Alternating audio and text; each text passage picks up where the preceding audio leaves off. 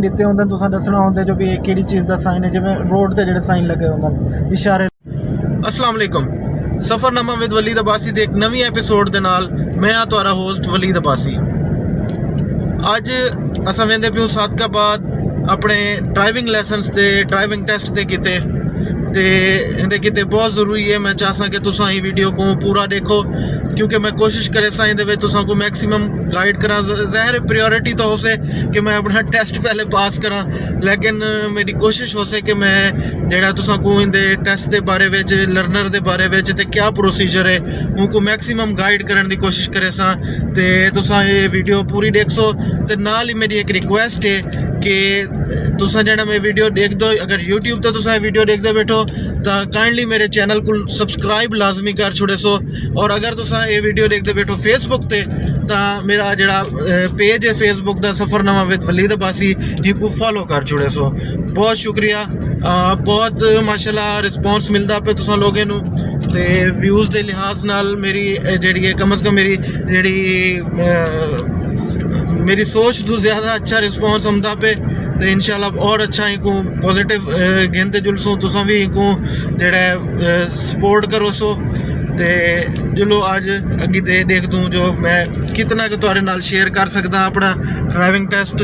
ते पहले तो दुआ करो कि मेरा टेस्ट क्लियर थी वने ते बाकी मैं इंशाल्लाह तुसां को उत्थां जुलते वाल मज़ीद गाइड करे सा।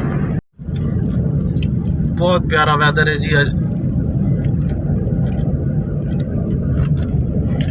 जी। ई टाइम जी मैं पहुँच चुकिया पुलिस खिदमत सेंटर सादकाबाद। इतना हुण इंशाल्लाह सारा कोई टोकन वगैरह का शायद सिलसिला है, टोकन वगैरह घिनते तो उसके बाद सारा जड़ा यही जगह के उत्ते ड्राइविंग टेस्ट थी से तुसा को अंदर घेन जुलता खिदमत सेंटर के अंदर का माहौल देख दूँ।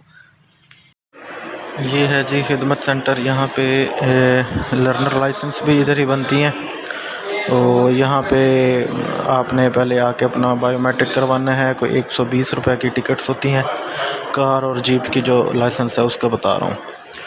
तो वो आपने लर्नर बनवानी है। फिर कोई 40 डेज़ का आपका उसमें होता है टाइम पीरियड जिसमें आपने उसकी प्रैक्टिस करनी होती है। उसके बाद दोबारा आपने आके यहाँ पे अपनी फ़ाइल सबमिट करवानी होती है और फिर आपको ड्राइविंग टेस्ट की डेट दी जाती है।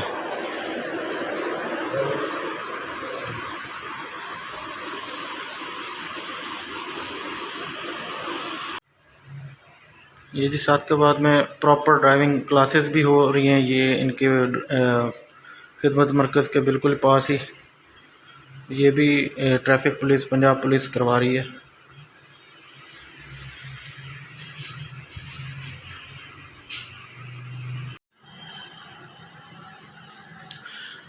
ये जी साइन टेस्ट होता है ड्राइविंग टेस्ट के बाद ना, ये भी पास करना लाजमी होता है। ये तकरीबन साइंस होते हैं जो उसमें आते होते हैं। इतना फासला हो गया ना, ठीक है तो सही रखी होंगी कटी जाएगी थोड़े पीछे कटा देना। हम कटाई शुरू कर रहे हैं नहीं होने बराबर टायर आ गए फिर कटाई करें। आज सर पिलर आएगा ना डाला हाँ बोलते आ कटाई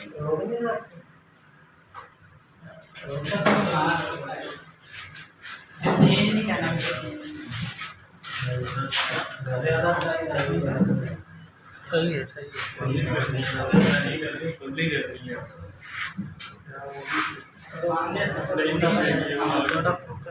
पिछले पिछले बाकी गाड़ी की टेंशन नहीं इतना आते सीधी बस कट गई थोड़ी सी एक मिनट रखिए निकल जाएगी।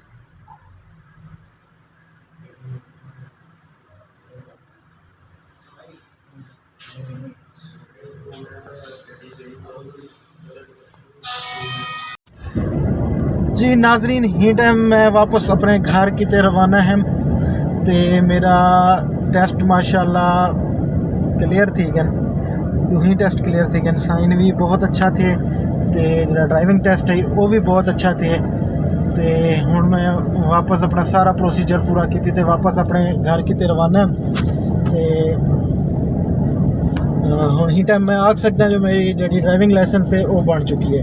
शाम तक वो दसेंदे पे जो नैट ते जी अपडेट थी वैसे बाकी हार्डवेयर जो मेरे पोस्टल एड्रेस ते ही हमसे ते जेडे दोस्त को हो से जसूस हो से कि भाई ये किवें बनती है क्या प्रोसीजर है तो मैं उन्हें नॉलेज किते दसन चाहता जो हिंदे किते तुसां को पहले लर्नर लाइसेंस बनवाना पौंदा। लर्नर लाइसेंस द्वारा बढ़से पंजाब पुलिस खिदमत मरकज़ सादकाबाद जो सादकाबाद दे ना अपना मुकामी जी तहसील है उतों बढ़से खिदमत मरकज़ तो तुसां लर्नर बढ़ वैसो ID कार्ड 120 रुपए दे मेरे ख्याल टिकटा लगदे न वाक इन वेंदे पे बंदा तो हूँ टाइम तुसां को लर्नर जी बढ़ा रहे हैं।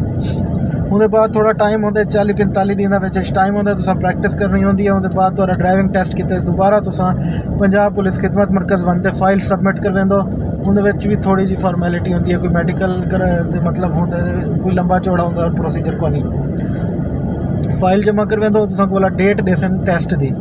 हूँ टेस्ट वाली डेट ते जिवें असां को अज दी डेट है हूँ डेट ते तुसां बनते अपना पहले साइन टेस्ट देसो।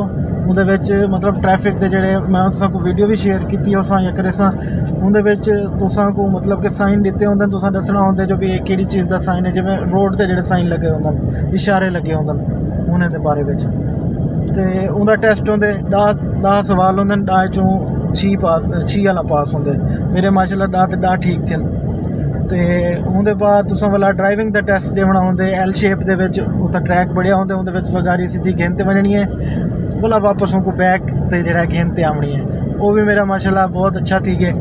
तो उनका जेड़ा जेड़ी मेरे को उनका ट्रिक समझ है वो ये है कि जन्म तुसां स्टार्ट करे सो ना तुसां अपने जेड़ा तुहाडा ट्रैक है उहदी राइट साइड ते गाड़ी रखनी है ठीक है। जन्म तुसां टर्न गिनना है टर्न घेन ते तुसां गाड़ी अपने लैफ्ट साइड ते क्लोज ते गिनम सो बोला तुसां बैक जन्म हमसो वो बैक तुसां गिनते हमसो तो लैफ्ट साइड दे क्लोज रखो वो भी साइड को इग्नोर करो लैफ्ट साइड दे बिल्कुल क्लोज स्ट्रेट रखते हमसो ना सर इंशाल्लाह तुसां भी क्लियर कर वैसो कोई इंदे विच मुश्किल को नहीं कन्फ्यूज थी गया जेड़ा या जेड़ा डबल माइंडेड थी गया वो उनको मुश्किल होती है। मेरे सामने हुण मेरे अलावा भी 5-6 टेस्ट में उत्थे खाड़ते डिठन तो सारे माशाल्लाह क्लियर थे तो कोई इतना मुश्किल टेस्ट को नहीं। बाकी उनके बाद बस इतना जो प्रोसीजर है कोई लंबा चौड़ा प्रोसीजर को नहीं। बाकी जरा दोस्त गाइडलाइन गिनना चाहे या मालूमात गिनना चाहे मैं कहूँ वो गिन सकते। तो इतनी अज दी व्लॉग है इतना ही अज का सफ़रनामा हा तो माशाल्लाह ये जो मेरे टेस्ट क्लियर थी गए सुबह ही थोड़ी टेंशन है पता नहीं क्या पढ़ते क्लियर थी गए लाइसेंस बढ़ गए हूँ माशाल्लाह सैटिस्फाइड हूँ। तो बहुत शुक्रिया तुसां सारें दा तुसां मेरे चैनल को जेड़ा प्रॉपर फॉलो करेंदे पियो। उम्मीद है सब्सक्राइब भी किया हो सके अगर नवे किया तो सब्सक्राइब कर दियो और अगर सब्सक्राइब किए हुए तो मज़ीद को शेयर करो और तुम्हारे भरपूर ताउन की उम्मीद विच अल्लाह हाफिज़।